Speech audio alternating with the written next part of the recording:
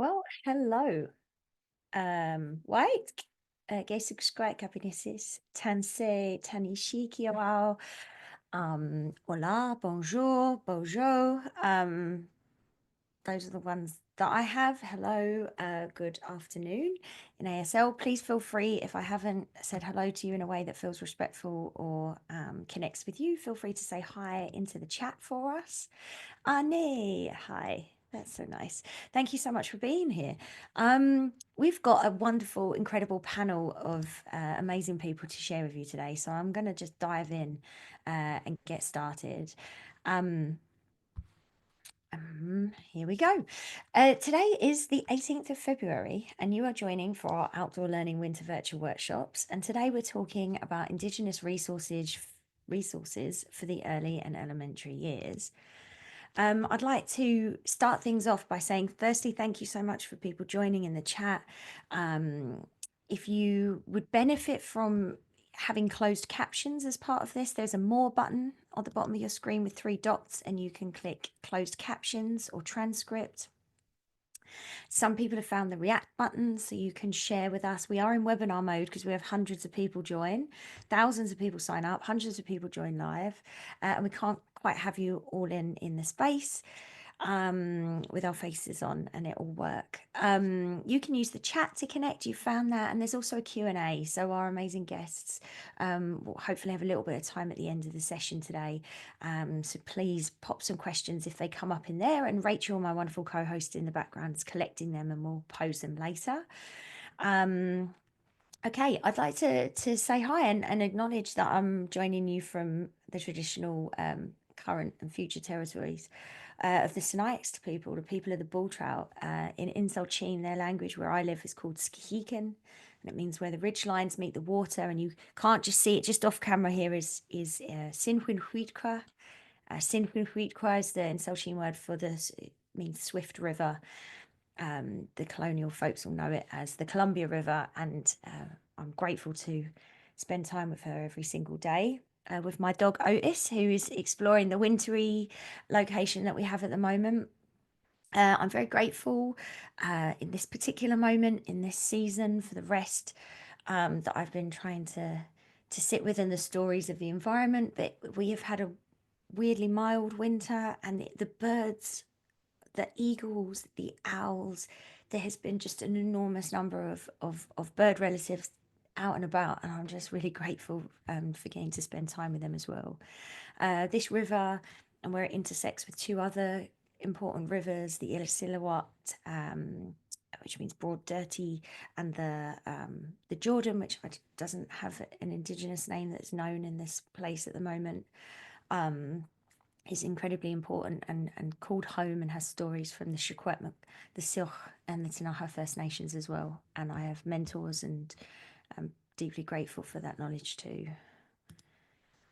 As we go in, just obviously we'd like to share with you, if it is important to you to deepen your Indigenous knowledge, we do have some other wonderful things coming up in addition to this free workshop. We have courses hosted by Monique Gray Smith, and the next one coming up is in March with the incredible Richard Van Camp, who's published an enormous number of amazing books, many of which are stocked at Strong Nations as well. You would be more than welcome to join us there. We also have a short course coming up in the summer. It's a 4-part series around connecting children to nature through Indigenous teachings with the wonderful Lorna Purcell Payne and Sherelle Anderson, and Carl Sam Elder will be joining as well. My co-host here today is Rachel from Take Me Outside. Hi, everybody. My name's Rachel. I'm from Take Me Outside. On behalf of our organization and our 30+ outdoor learning partners, I'm super excited that you're here to join us this evening. I'm joining you from Treaty 1 territory, the original lands of the Anishinaabeg, the Innuit, and the Dakota, and the national homeland of the Red River Métis. Manitoba, where I live, is also the traditional land of the Inishwaak and the Dene.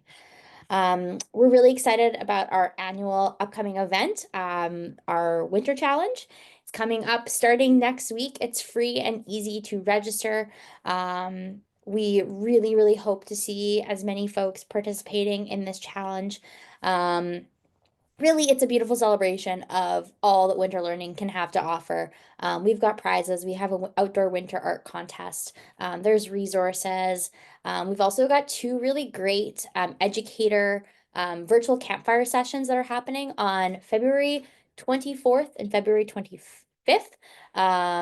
Or sorry, no, February 25th and February 26th. One in French and one in English. The details of that are on our website, and I can pop the link in the chat following this, but they're free. It's going to be great. We have featured teachers who are going to be sharing their own experiences teaching outside this winter, and hopefully you'll get some inspiration and get to meet someone new and network. So yeah, hope to see you there. Thanks so much, Rachel. So before we just dive into the presentations, it was interesting for us to connect. These most certainly are using the colonial names for these areas as well. If you scroll down, there's a couple of questions. There's kind of who are you as a sort of educator question, and there are limited boxes. So if you don't see yourself represented in those boxes, feel free to give us a message in the chat. And there's a question of sort of where you're joining us from. And again, if you're joining from the rest of the world somewhere, please feel free to type it in the chat. And to those just joining us, we can't see any of you. We know your beautiful faces are there somewhere, but we are in webinar mode, so we just see only the presenter and panelists' views. If you want to communicate with us, you can use the chat or drop some questions in the Q&A for us. Oh, welcome from Ecuador. How wonderful that so many people are joining us. I'm going to let just the poll go for just another few seconds here. I'm going to close that in 5, 4, 3, 2, 1. Okay, I can share the results with you. And this seems to be the way, but, large percentage of early childhood educators here and younger grades, but we have someone from every kind of educational background we could think of. And people representing across North America, or what some people call Turtle Island, and people joining us from everyone beyond that. And I think particularly, with what's going on in the world and things that are happening, the fact that you're here after busy work days or busy school days, or, whilst looking after family, the fact that you're here committed to learning about Indigenous resources is incredible, and it matters. So thank you so much for being here. We really appreciate each and every one of you. And if you're looking for support from whether it's resources, funding, communications, we have an enormous number of amazing outdoor learning partners. Some of them are international, some of them are state specific or province specific. And if you go to our website, our partner website, you hopefully will find someone in there to support you in this incredibly powerful work that you're doing. So please feel free to have a look, and I'm really grateful for all of them. Okay, and we're getting to the juicy bit. We're going to dive right into Indigenous resources for the early and elementary years. I'm going to stop sharing, and I'm going to start by introducing our first speaker, who's going to kind of welcome us into the space and into this learning environment. And that is Qual Tolton. English name is Robert Goldsmith, who's from the Kwatsan First Nations, Cowichan tribes on Vancouver Island, father to 2 kids, Melanie and Rylan. And you joined Strong Nations as like a shipper receiver, like 2018, and your role has evolved and grown, and now you're the manager of sales. I've been really grateful to got to meet you in person at several different events. You've supported our learning events with incredibly beautiful and carefully curated Indigenous resources for the last few years. And it's a great honour to have you here again, Robert Tolton. Thank you for being here. Thank you. I'm going to just jump in. My name is Qual Tolton. My English name is Robert, just like Jay just said. I'm the manager of sales for Strong Nations Publishing. We're an Indigenous owned and operated publishing house located on Vancouver Island. We offer Indigenous resources from board books right up to university level. Here today to just let you know that we're located in Nanaimo, BC, which is home of the Nanaimo First Nations, Nanaimo. Here to just talk a bit about our resources that you can find through Outdoor Learning Store. So just to stick to my script, Strong Science Animals is a science-based series that explores Canadian animals and their habitats and great resources for ages 4 to 6. Strong Stories, several different Indigenous First Nations territories are represented here. So Kwakwaka'wakw, Métis, Kanakahage, Tlingit, Coast Salish. Yeah, different resources that you can find through Outdoor Learning Store. And the great thing about them is they're grades from roughly right from kindergarten right up to grade 6. We're All Connected series. Is perfect for students grades 3 to 5. Our Cedar Schools Codables, which Emma and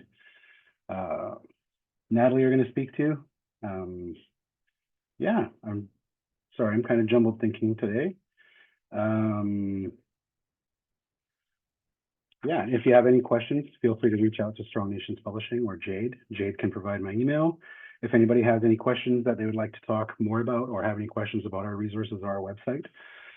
We have published over 300 titles of our own, but on our website we have just over 6,000 resources, as well as learning aids with trimmers, bulletin board trimmers, anything you can be looking for to help your environment. I'm here to help as well with just any questions that you may have. Maybe you know somebody who's Indigenous and looking to get published, things like that. I can definitely help and point people in the right direction. And if you have any questions, just feel free to reach out. Truth and reconciliation is on both ends, and don't ever feel backwards to ask. I'm here for you guys. And yeah, that's it for me, Jade. I appreciate you so much, Mm-hmm. Qualtolton. And I feel like, yeah, there's always a lot to put you on the spot in these spaces. But can you just briefly, before you go, just let us know like what it means to have this Indigenous owned and like operated publishing house, you know, like what, for particularly for our non-Indigenous educators, how does like connecting to an organization like Strong Nations, how does that support and uplift Indigenous voices more than perhaps buying from the dreaded online A people, for example? So just to touch base on that, is the good thing about Strong Nations is we actually hired a content coordinator. And what the content coordinator does is we've come up with these authenticity labels, which can be found on our website, is what we use to decide whether we consider a resource to be authentic. And with that, it's important to uplift and upbring and elevate Indigenous literature to where it should be. And the pool for Indigenous authors and illustrators is very small. We've been constantly trying to grow it for the past 10 years. And it's been proven to be very difficult with trying to find somewhere you can go that's not, because I know a lot of different people who sell Indigenous resources might not go through what we go through to curate our collection. And it's difficult because when I was growing up, the authentic resources the resources that we have were written mostly by non-Indigenous people and only telling one side of the story. And cultures were given a blanket statement, meaning that it represented a whole First Nations people, which is very different, and it can change 20 minutes down the road. Dialects change, teachings change, and it's really difficult to try and find resources, and it can be daunting when you're looking for certain outcomes, certain age groups, certain areas. What we do at Strong Nations is we will actually get in touch with educators, project leads, things like that, and they'll actually email us with what they're looking for, the outcomes they would like. And we would actually curate lists for them to make it easy. And we will curate to those age groups. We will try and find resources from that area as well. And it's proven to be that with a lot of people, it's daunting to look for Indigenous resources because I'm just going to use this as an example. The Yukon Board of Education reached out to us, and they're brand new. So they've recently switched from the Alberta curriculum to the BC curriculum. And what they've done is they've reached out to us and asked us for pointers on where to go and what resources to do, and for different age groups from kindergarten right up to grade 12. And we've helped curate those lists for people. And it's difficult because a lot of people kind of just take what we consider to be authentic and just and don't bother with the research, but we always encourage people to do their own research just to make sure that our resources fit their needs. And it's just very important to do the research before you just bring in resources, regardless of what it is. That's a really wonderful thing to leave us with, that, you know, the work of learning is on the educator, and that's something that we can put our hearts and minds to as we honor and respect different bodies of knowledge, and ones that perhaps haven't had such a massive stage. But I'm really grateful for all the work you do, Quiltalton. I use the resources from Strong Nations in pretty much every piece of professional learning that I do, whether it's Indigenous plant knowledge cards or children's books or these new decodable books, which are just incredible, which we'll learn about next. But thank you so much. It's great to have you here as always. And next, as we dive in to talk a little bit more, we're really excited about this particular series that's just been sort of released, and we have the incredible Dr. Valdine Bjornsen to talk about this resource for us. And so, Valdine, I mean, your bio, if I read the long one, we'll be here for ages, so I'll keep it short. But you have a Doctor of Education focusing on adults with dyslexia in Manitoba. You founded the Reading and Learning Clinic in Canada in order to provide Canadian educators with evidence-based professional development, as well as advocacy and intervention for students with dyslexia, dysgraphia, and dyscalculia. You are a part of the Teachers for Reading Canada as the director of teacher training, and that offers free accredited OGA courses to educators across Canada. And you're a literacy specialist as well, working at a school in Winnipeg. And last but not least, at the University of Manitoba, you work as a reading strategist at the Indigenous Student Centre. So we're really grateful that you're here to sort of give us a bit of the science behind these new decodables books that are really keen, directed towards helping kids learn to read. Yes, I'm very excited to be here. I appreciate you inviting me to be here for sure. I do have a few slides and I want to keep it, fairly tight because there's lots you could say about phonetic text, and certainly my colleagues that are coming up are going to explain the resources that Strong Nations has to kind of hit this phonetic text, this decodable text series that they've created. And I'm here to give you a little bit of context of why they are important. Why are they essentially to our learners, especially those that are in this early years, I think, emergent reader kind of stage. So thank you very much, Jade, for having me here to be able to discuss this a little bit. So I'm going to go over just, kind of a overview of it. I'm not going to be able to go into too much detail, but just to give everyone a general context of the importance of them.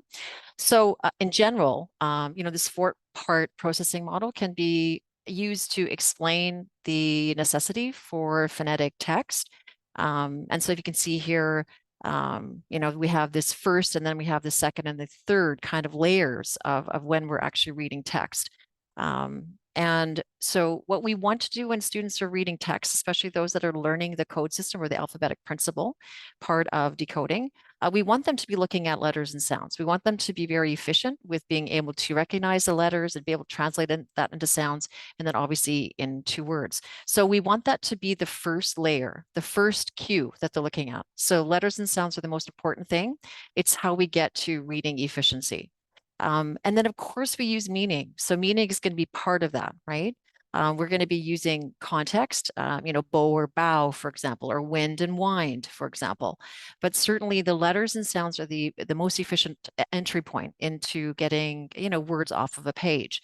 And I think that this is the most important part to think about, especially as an emergent reader, that we need to really flex the muscle of that decoding layer. And then, of course, like I mentioned, the meaning is really important. And I think that's one of the things I'm really excited about with the Strong Nations phonetic text. the decodable series, because we do have some contextual or important vocabulary layer that will add to the the topics that are covered in the text. So you might have basic phonetic patterns that are simple kind of stories, but they also have a layer of learning, which is really important as well for Indigenous teachings and various topics that are covered in the series. So again, letters and sounds are where we're going with phonetic text. We want students to have that really strong relationship, let's say, connection with letters and sounds and being automatic with that. And phonetic text do that for our students. And again, along with that is the meaning, and then the context will help us, of course, with getting words off of a page. But again, the letters and sounds are really where we need to go. And then in general, phonetic readers really are, like, as we can see here, we can ensure that students are going to be successful. So we're building on their confidence. And what we're doing is not only helping them with reading fluency and comprehension, but we're really building on their phonics concepts. So we're the purpose of reading decodable text or phonetic text is to practice and reinforce phonics concepts. And in this case, you'll probably find when you look at the Strong Nations decodable series that it does follow a sequence. So, at some point, these phonetic readers do have to pick a team in terms of which step are they going to go and which step are they going to follow. So, you typically phonetic readers are going to have things like, short vowels, let's say, single consonants, and then they will have, more advanced things happening after that. So it builds on, what's been taught prior. It's never just going to be, from one thing to the next and not connected. So it's always about cumulative layers. And then again, going back to why do we have phonetic text? So one of the things is that we can make a positive difference in the development of that alphabetic principle, which is what I mentioned earlier. We need to make sure our students at the first layer of reading text, they have to be looking at that letter sound or the alphabetic principle. Another thing is, as we mentioned already here, is it has to be based on, really good teaching. So the phonetic text can't teach itself, but the phonetic text will complement systematic and explicit phonics instruction. And this is in line with the Human Rights Commission, which was about the right to read when in Ontario, also in line with the Saskatchewan Human Rights Commission, who both came in support, about how we should be teaching reading in a very explicit kind of logical sequence. And so phonetic text can complement these Human Rights Commission findings, never mind decades of research in terms of, teaching phonics effectively. So definitely phonetic text can match your instruction and support with that efficient kind of procedure. And then, of course, I think it goes without saying, it's going to draw attention to specific letter sound correspondence. And again, that's related to instruction, but we need to have our students be automatic or mastered with that. And also that's going to help with that internalization of this pickup of phonetic, patterns, right? Reading off the page with letters and sounds. And I already mentioned that this is going to build confidence, but it also builds stamina, right? It also builds this idea of making sure students feel really confident, comfortable, because they know whenever they're looking at a text, it's going to match what, I've had instruction for letters and sounds, and build my stamina. And even you can build on fluency. You can have high success rate as well, because it's going to be, again, based on phonics lessons, really good explicit instruction. And then it's also really, again, at the end of the day, the biggest thing that we want to do with phonics is not just read words. We want them to have an authentic experience with continuous connected text reading. And that's also extremely important for our students, because not only are we, getting them really aware of letter sounds as the first entry point, having them feel that's high success, complementing our systematic explicit phonics instruction, but they're getting real experience with connected text, right? So this is all part of it, besides learning comprehension, based on text that they're reading. So just an example of different kinds of text.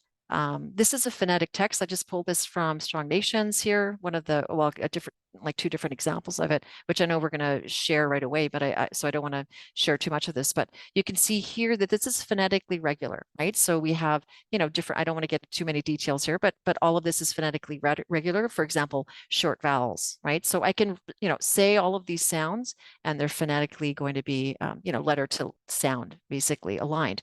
Whereas, you might have predictable pattern text around where you are in schools and things like that, which is more patterned for English language phrases. So, again, This is phonetic text. It's going to be really focusing on the letter sound connection, which is the first line of entry, building efficient readers. And this predictable pattern text is more about building language comprehension. So you can still use it, but it's a different purpose, right? So this is more built on, helping students possibly if they need to learn phrases like here is a. What happens here is the visual is going to help me get through the text. Here is a yellow ice cream. I might not be able to read those letters, might not be able to read those words, but the images are going to help me. Whereas you can see here, the pictures are supportive of the meaning, right? But not about word to word direct, I guess, translation essentially, right? So I have to read the text to kind of understand it. The pictures are, helping me build an image of it. Whereas these predictable pattern texts are based on a pattern, and really it's to help me get through the text because I might not be able to read these words unless there's images here for me to kind of get through it. So that's a basic difference of it. And hopefully you can see, the efficiency in terms of phonetics instruction when you have phonetic text versus predictable pattern text. One of them, forces students, I guess, in some ways to look at the letters and sounds and connect the letters and sounds. And the other is more about reading around, the images to try and get through the text, essentially. Okay, and then at home, and this might be, also in the classroom, obviously, but this is just an idea for home reading that can be maybe a little bit of a different way to frame this kind of work when we are reading in schools, but how families can support children. We want obviously our students to practice home reading, and when we use phonetic text, these texts are going to come home and they're going to match what I'm actually teaching, reading and spelling wise, in the schools. We want our students to be reading independently. And then when they're reading, this goes for teachers or families, parents, etc. We want them to work through it. So, even counting to yourself like 5 to 10 seconds, if they get stuck on a word, let them think it through because again, phonetic texts are meant to be independent reading. So allow them time to look at it. And the things that you can say, instead of looking at the image of the story, right, image in the book, you can say, say the sounds, right? And you can point to the letters so that they actually are looking at the letters to match it with the sounds. And then, of course, you can say something like blend them or put it together like a word. So instead of having students then be cued for the image and the pictures of the story, we're going to be cueing them for the letters and the sounds, right? So that's the other fundamental difference. Of course, the students get stuck that we can actually get them to cue for the letters and sounds because they've been getting that in their school. Their instruction has been about letters and sound connections. Obviously, we still need to ask students questions about the story. We need to learn from the story. We have to expand our understanding based on story reading. And then the other thing, and this could be, more parents snuggle up, but certainly in schools, we should still be reading out loud because we want to expose our students still to, really different kinds of literature and different fun things that they can do that maybe just beyond their skill level to read independently, but something that still will be, giving them the feeling of they love reading, right? They love reading. So, there's different ways to do that, but one of them, of course, is to read out loud. But the phonetic text, again, is going to be building that efficiency for them to decode, to actually read the letters off the page, reading the words off the page. So I don't want to take too much time, but, just contact me if ever you're needing any support and any other pieces of information about literacy skills. So thank you very much for having me. Thank you so much, Thank you. Amazing to, hear the science behind why this works and how important it is. I love hearing read aloud to children. It's like my favorite thing to do, and it was my favorite thing to receive. And I'm really glad that we're advocating for that because technology, has its place and has its things. But I really love the idea of reading. So thank you so much, and it's super important. Okay, we're going to move on now, and we're going to meet the author and illustrator of this new set of Decodables books that are available, published by Strong Nations and through our store. So I'll share Emma Metallic, she, her pronouns, is from the Mi'kmaq community at Listerguch, Quebec. Emma holds a BA in Contemporary Studies and Law, Justice and Society, with a minor in Indigenous Studies from the University of King's College. Emma's passionate about writing stories that reflect her community's knowledge, needs, and desires. Whilst a learner of the Mi'kmaq language, Emma strives to use the language as much as you can in your day-to-day life. You wrote Nibuktuk as your debut book, and now we have the Decodable series. And also joining now is Natalie Loche, also she, her pronouns, who is a Métis and settler illustrator and interdisciplinary designer with family roots in the Georgian Bay Métis community. Natalie holds a Bachelor of Design from NASCAD University, where you majored in interdisciplinary design and minored in illustration. A central goal of your work is to create respectful, informed, and collaborative approach resources, especially when designing for communities other than your own. And by using your talents to illustrate books for Indigenous children, she hopes to inspire youth to engage in our collective revitalisation journey through themes of community and relationship building. And how wonderful those messages are. So thank you so much for being here. Thank you for that introduction. Yes, thank you. Take a minute to share my screen.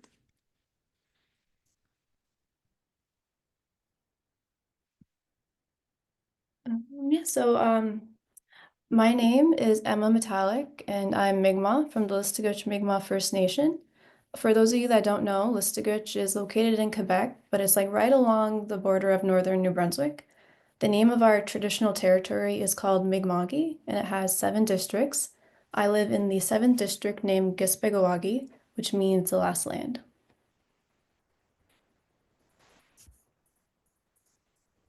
And I'm Natalie. Hi, everyone. I'm Métis and white on my dad's side and white on my mom's side. My dad's family has connections to the Dusome Claremont family line of Georgian Bay, and which has ties to Red River, where they then later moved to Drummond Island and then were forced by the government to move to Penetang. So both my parents are from that area. My dad is on the Métis side, and I grew up in Michigan. And now I'm coming to you right now from Jubuktuk in Halifax and Mi'kma'ki. So kind of all over the place there. Yes. Yeah, I want to talk. Emma and I know each other pretty well. We met about 8 years ago. We were both going to university in Halifax. And then we ended up living together for a few years. But during that time, as we were like getting to know each other and becoming really good friends, we always said like, we want to collaborate on something. You're really good at writing. I'm really good at drawing. Let's do a project sometime. Don't know what that's gonna be, but so along comes the Strong Nation Cedar School Decodable series, and Emma's gonna read 2 of the books from that series. So then we'll talk a little bit about our process, and she'll talk about her inspiration from her lived experience and stuff. So I'll let you take the floor, Emma. Yeah, so when Strong Nations approached me about this project, they're interested in having me just write the series, just, from my perspective as being Mi'kmaq. And I was really interested in the project, and I started to brainstorm how I wanted to structure the series. So like the world building as well as the characters and whatnot. So before I get a little bit into that, I'll start reading the story. So the first one that we have here that we would like to show is called Mend a Net.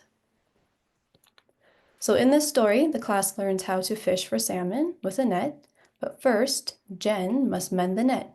So salmon fishing is important to Mi'kmaq. Mi'kmaq use nets to fish for salmon in large rivers, and traditionally the inner part of pine trees was used to make and mend nets. Have you ever seen a fishing net?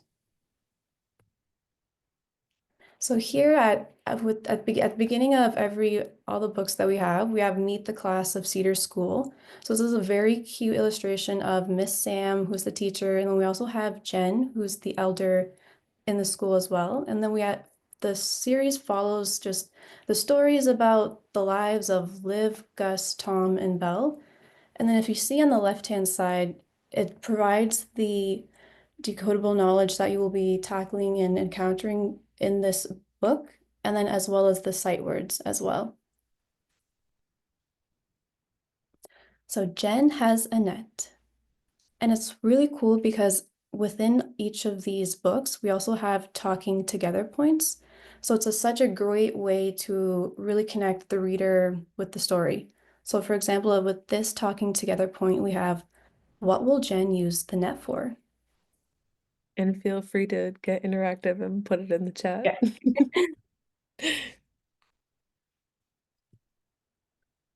Belle felt the net. The net is big. Tom is next to Belle. Tom lifts the net.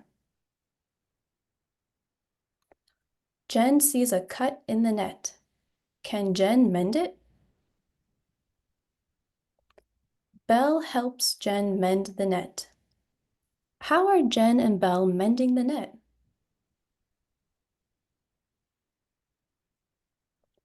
Jen sets the net. Jen did it. 10 fish went in the net. Can you count the fish?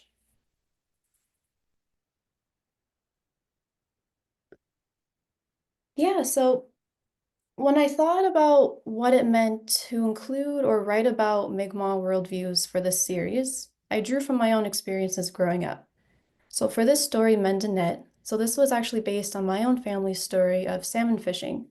So I come from a long line of salmon fishers, and we also have an inherent right to fish salmon. My grandfather loved fishing salmon, and he passed that tradition down to my dad, and my aunts, and my uncle. And my grandma would help clean the salmon, prepare it, and cook it. So even if you weren't out on the river, there was always a part to play when it came to salmon. But our inherent right to fish salmon was not always respected. My dad learned to fish salmon as a kid from his dad, so my grandfather, in the late 60s. And at this time, they had to fish at night. They fished at night so they wouldn't get caught by the game wardens, who were enforcing more and more regulations on salmon fishing. But throughout that time on the river, my dad learned of our Mi'kmaq treaty rights through stories from my grandpa. As the years went on, tensions grew between the advocacy of treaty rights and state laws, and this eventually led to the Listigich raids of 1981. So as you see in this image here, on June 11th and 20th, 1981, the Quebec Provincial Police raided Listigich. So the central issue of this raid was the tension between Quebec and Mi'kmaq over their right to manage their fisheries and for the Mi'kmaq to fish salmon. On June 11th, 1981, the QPP forcefully entered Listigich and started to raid residents' homes, garage, and fishing boats. The QPP used violent tactics to destroy the livelihood of Listigich members and their ways of fishing on the water. So this was a deeply, deeply traumatic event. However, through more protests and negotiations, Listigich enacted our very own salmon law that was based on our inherent right to fish salmon. We were able to fish salmon on the river afterwards through our own mandates and regulations. So I learned about these events that took place growing up as a kid, and I also learned it in school. And I always remember how passionately my grandpa spoke about fishing, and it's a tradition that I'm grateful to have learned. And what's really interesting is that now every year in Listigich on June 11th, we actually have a commemorated event to honor the events that took place. So we call it Miguidedum, which means we remember. So community members share their stories and we remember what happened so that we don't forget it. As we continue to share and honor these stories, we're also telling and working through a story of healing. And what's so special now is that as we continue to remember what happened, kids today are learning about what happened, but they're also bringing hope, laughter, and their own fishing stories. So today I fished with my brother, my dad, my uncle, my aunt, and my sister. And then today our outdoor education programs are even teaching the kids more and more about salmon fishing and the teachings that come with it. So in thinking about my own experiences growing up and how I wanted to write the series, I pulled from my experience working also as an education assistant in my home community at our elementary and middle school. So with that position, I actually got the chance to participate in the outdoor education programs we have here all year round, where we explored and learned from the land.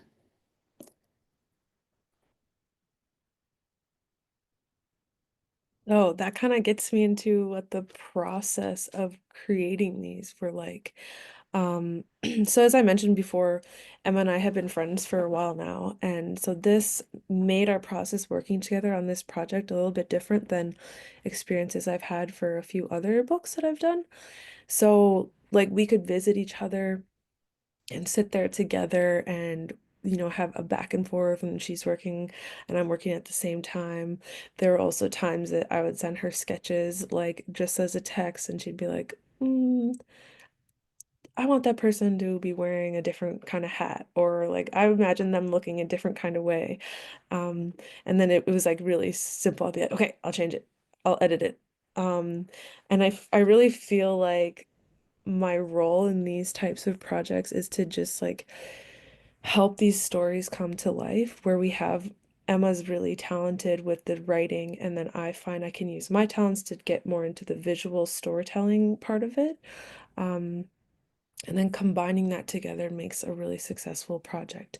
And the main goal is like really honoring these stories and these experiences, which was really tricky. I think Emma can maybe talk about that more, but when we're limited to different with the phonetics and the only a certain amount of syllables and sounds and letters that you have to work with to tell a story.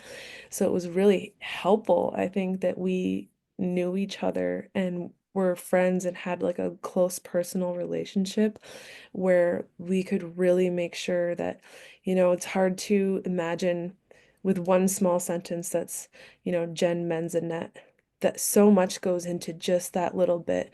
That's Emma sent me all these photos of the outdoor education program from her community.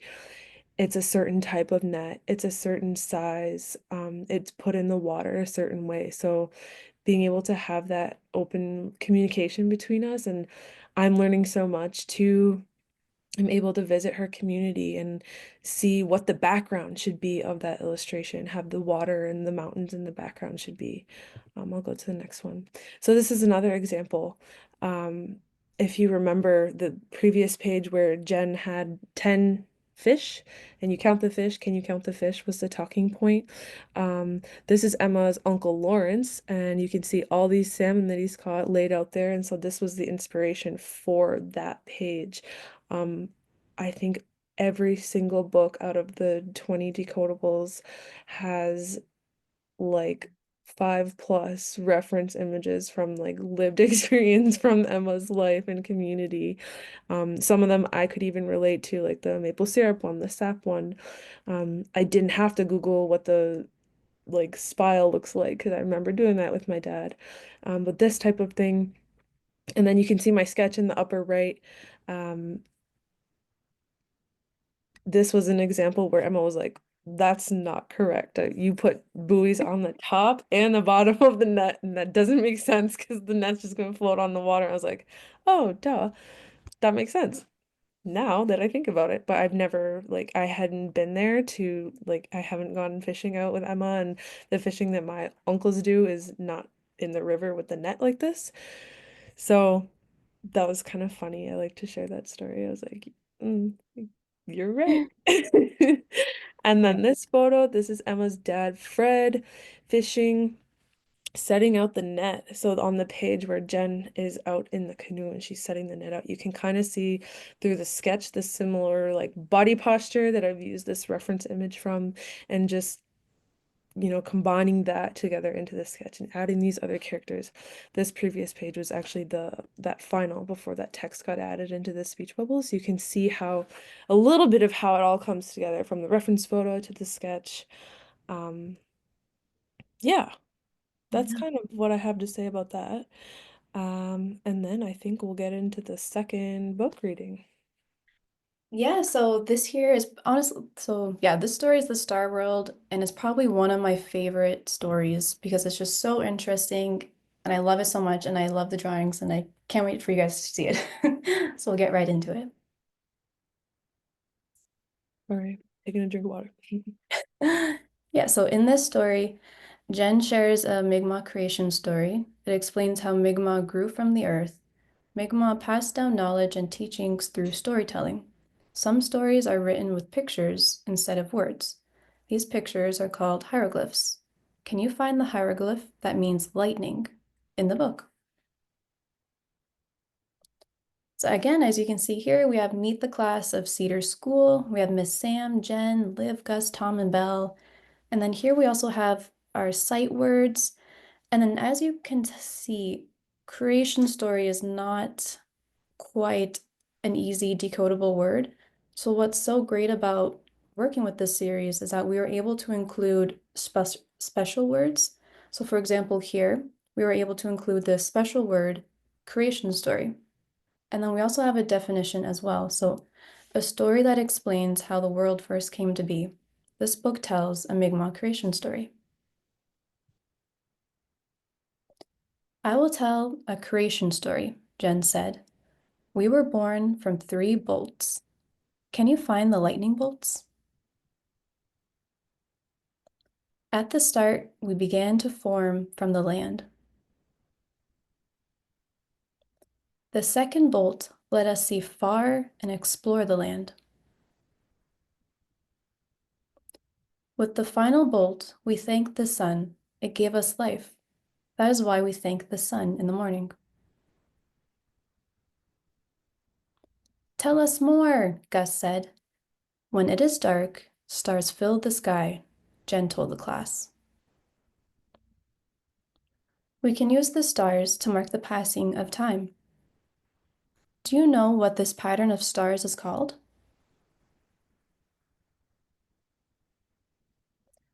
The sky has a path of stars. Spirits travel on the path of stars to visit us. I wish to explore the star world more.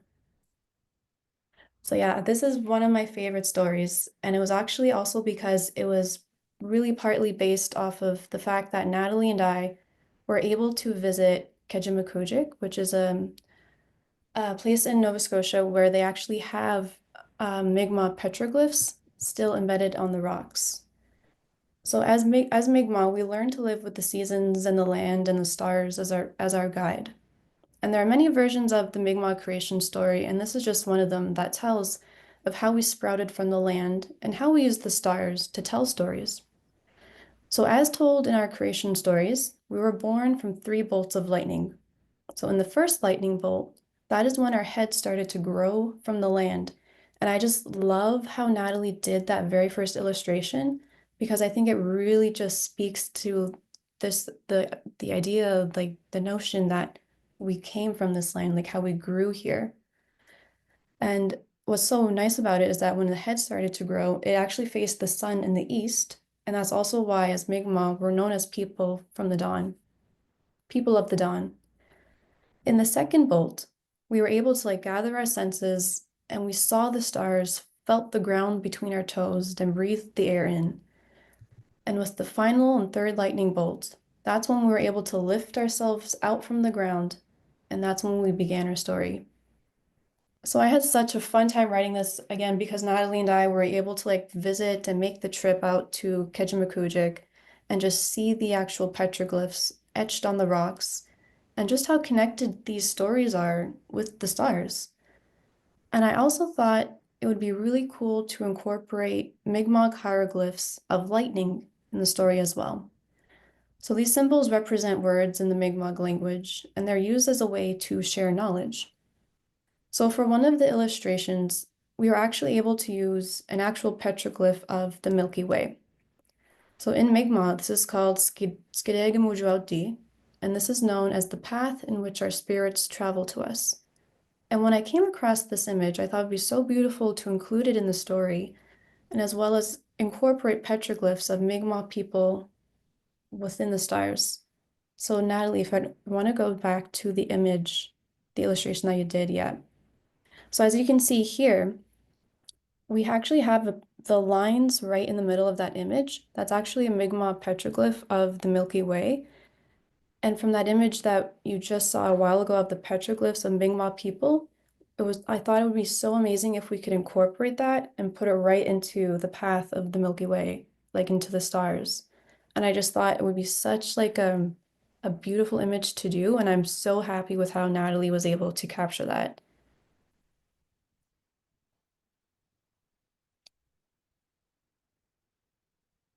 As Yeah, you can this Yeah, this these on the were actually monument there. petroglyphs on the monument in Kejimkujik. So we're able to work with that. Yeah. So if Natalie, you want to talk. Sure, yeah. So this book specifically, I think that probably had the most back and forth because it was more conceptual of instead of like, okay, the kids are they're in the woods and they're picking berries and it's kind of explains itself. Um, this one was really Emma telling me like she explained the Milky Way, how these we showing people in there is like their spirits. And did you already say what the Mi'kmaq word is for Milky Way? Yeah. Okay. Skideg Good. Mati. Yep. So like having that on there. This is kind of the slate, like the soft slate rock that goes into the water where a lot of the petroglyphs can be found there in Keji. This was like also such a nice trip in the summer. It was perfect weather. It's a sacred site there, so it just feels really special. They have Mi'kmaq people hired specifically to keep that area of the park safe and make sure people aren't disrespecting it or you know they are etched in rock, but they won't last forever. Do you want to talk about these ones, Emma? Yeah, so as you can see here, like this is actually something so cool. We were actually able to like go right up and close and they actually allowed us to like touch it and everything. So I believe the picture on the top left here is of a fish. It could be a salmon. The picture below it is of a ship. And then the picture right next to it is actually of a caribou. So we'll leave it on for a little bit so I can try and see. Yeah, I don't know if you can see my cursor. Maybe not. The caribou was one of, I think that was like the coolest one. Yeah, it was like it's so beautiful. And yeah, like the fish one that has water on it, they invited you to, you can take some water and pour it on there to see it a bit better. Just they tell you like take off your jewelry so it doesn't scratch and very immersive, interactive. Yeah, and Yes. these were some of the source images too that so every single manuscript came with all these images in like from stuff that Emma does in her life and also research stuff like this. So Yeah, so these were just petroglyphs that I had looked into a lot, and they come from the George Creed exhibition. So if you just look up on Google George Creed Mi'kmaq petroglyph exhibition, you'll be able to find them quite easily, and they're very accessible, and it is public. So yeah, and so as I was looking through there, that's when I came across the petroglyph here of the Milky Way. So as you can see on the right-hand side, the drawing with stars. So the image just above, that's the Milky Way, as well as petroglyphs of stars, and then as well on the bottom left here, it's the hieroglyph of lightning. And I just really wanted to incorporate the hieroglyph of lightning in the story and not just include like what you normally usually see, like with lightning as an illustration. So I thought it was really cool to like actually put in like the hieroglyph of lightning. So I'm really happy that it was included. this is like I just want to say this because this is one of the most fun things for me when I'm doing a project like this, where Emma has this vision of what she wants, and then I can take that and be like, is this what you wanted? Like this, tell me this is Yeah. what you're imagining in your head. She's like, yes. So Yeah. Yeah. um this one was really special for that. All of them are, but yeah, that's the end of our presentation for images. Yeah. So I think that was it that we have. Thank you so Um, much. Sorry, it just takes me a minute to remove all the spotlights so I can dive in. They're so beautiful, and I love. People have been really saying so many beautiful things about them. I have to just share that Carrie said my 5-year-old is using these books, and I think she's watching. She says she's so excited to see the author and illustrator, and says, "Yak, okay, thank you for writing these." That's so sweet. I love how different. I feel like your illustration style as well is so different in some of the books. like there's such a like it's such a beautiful journey of visual arts. This one was really different because it was less of the characters and like the normal settings that we'd see them in. So a lot of it was just like looking back on my experiences. I had like I was fortunate enough to be able to visit Emma a few times now in different seasons even. So like having that in my mind, it's so beautiful up there, and that's really where a lot of that book, the Star World book, kind of came from. But sorry, I'm getting excited interrupting you. I think that's exactly what I was excited for, and I feel like that spiritual connection comes through, like that love comes through those drawings as you read that. A couple of people asked about the scope and practice of the scope and sequence of the books from a teaching point of view. There's a PDF, I linked it, it's also on the page. Okay, couple of quick questions for you. Maria, this one I'll ask Valdine.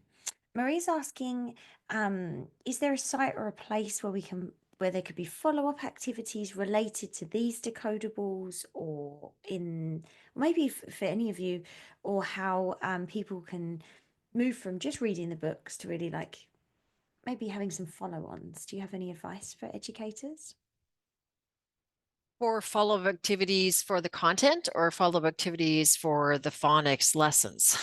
Like which, Well, yeah, maybe we sorry. could do both. Maybe you could do the sort of the phonics side for us. The sort of Well, the phonics, well, I think actually the books themselves, like each book has, like they mentioned, like a talking point or conversations as you go through it. So it's really a cool way to have embedded in there, not having to go to another product possibly, or another handy book, or etc. So there's questions as you are reading it. As far as the phonics lessons go, and also there's a synopsis at the end, I think it is, to support kind of the connection of the learning, right? But for the phonics lessons, we did do you like we use UFly as a reference. So if anyone's familiar with that, but it's a scope and sequence that seems to be very familiar to people, in schools now. So we did use that phonetic, I guess, scope and sequence. So yeah, love that. Thank yeah, you. yeah. And Emma and Natalie, people seem to really we're getting lots of feedback here in the chat about that personal story connection meaning so much to people. Do you have that on a website somewhere, or maybe we should just direct people to watch this recording again? Is there ways that people can connect to that? I feel like the adults feel like they can share that or connect to that when they're reading. Do you mean like the way that Emma and I are friends and how we collaborated, or how like there's stories of like Emma's experiences? Yeah, Or both? I think both. I think there's definitely some folks sharing about your relationship has clearly, I don't know, it seems to be a beautiful collaboration, and that is uplifting to share with students. And I do think also that, your personal photographs and things really inspired people, and the way that went from, a real life activity or moment, and then that Natalie, that you transformed that into parts of the story. I don't know. I feel like people maybe should just could watch this again, or the Take Me Outside recording. Yeah. Would you be happy for people to do that? Yeah. In their classrooms? It's such a personal thing to share, and to have created, like, what a beautiful legacy to pass on. That's such a magical thing. Thank you. Any more questions coming in? We've got 1 minute left, and so there's one last question. I feel like if you wanted to share one thing with, majority early childhood educators or educators here around these books, or sharing Indigenous resources, is there anything you'd want to leave them with, each of you? Maybe Valdine, do you have any like a final thought you'd want to share with folks who are working with students?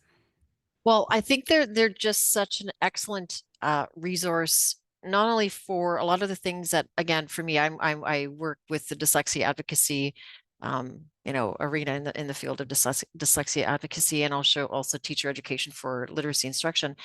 So I just feel like they're a perfect mix of I know I'm in Winnipeg, so I know that we have such a demand, such an interest, such a passion for Indigenous education.